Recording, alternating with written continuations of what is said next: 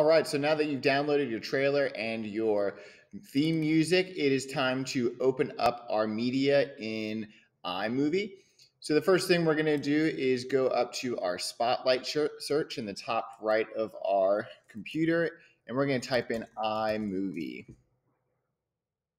Once iMovie pops up, we're going to go to where it says Create New. Now, once this pops up, I know this says Trailer, but we are going to click on Movie.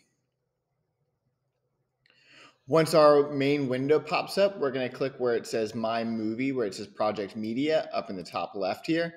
And what I'm going to do is open up my genre swap folder on my desktop. And I'm just going to click, hold, and drag that trailer right into this box here where it says Import Media. And I'm actually going to do the exact same thing with my music that I downloaded. So now you'll see I have my trailer and my music. And notice how as I hover over, it starts to play or sort of what we call scrub through the video. And then it'll also scrub through your sound clip here. Now, once you have your media imported in this window here, what you're going to do is we need to add it to our timeline here. So what we're going to do is once we have our media, we're going to click, hold, and drag this down here. And this is where we're going to do all of our editing, is right down here. So this is where we're going to be making our changes. And then we can also see all of the media here. Notice how I have my wave for my sound right down here at the bottom. And then I have my visuals up on top of that. Now, if I wanted to add my music here, I can just click, hold, and drag this right underneath my video clip. So then that way I'll have the video sound, and my sound. Now, what I would recommend you all doing is holding control on your keyboard and clicking on your video clip. And we're going to go down to where it says detach audio.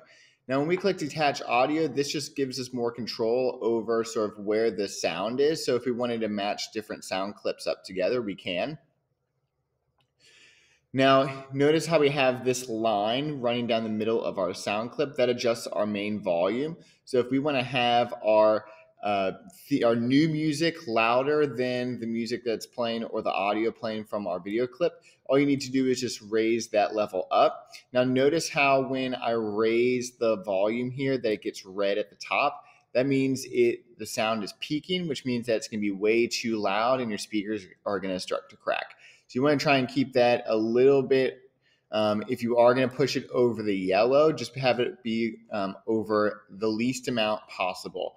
Ideally, it would just be enough to sort of stay under this green line. But sometimes you need to have it be a little bit more. You just don't want to be pushing that audio too high. And then the same thing for your any other audio clips that you have. You just don't want to be pushing that too high to where any of that is in the red. So you want to be sure that you're just paying attention to your waveforms, which is what we call these little squiggly lines down here. You want to be sure that you're paying attention to those so they're not peaking in the red.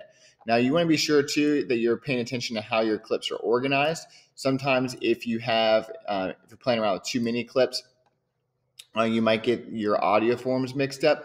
I would say just be sure you're being thoughtful of which forms are on top. Whatever form is on top is generally going to be the loudest, so you might want to keep your music maybe on the bottom. But that's something that you're going to have to play around with as you work through your video.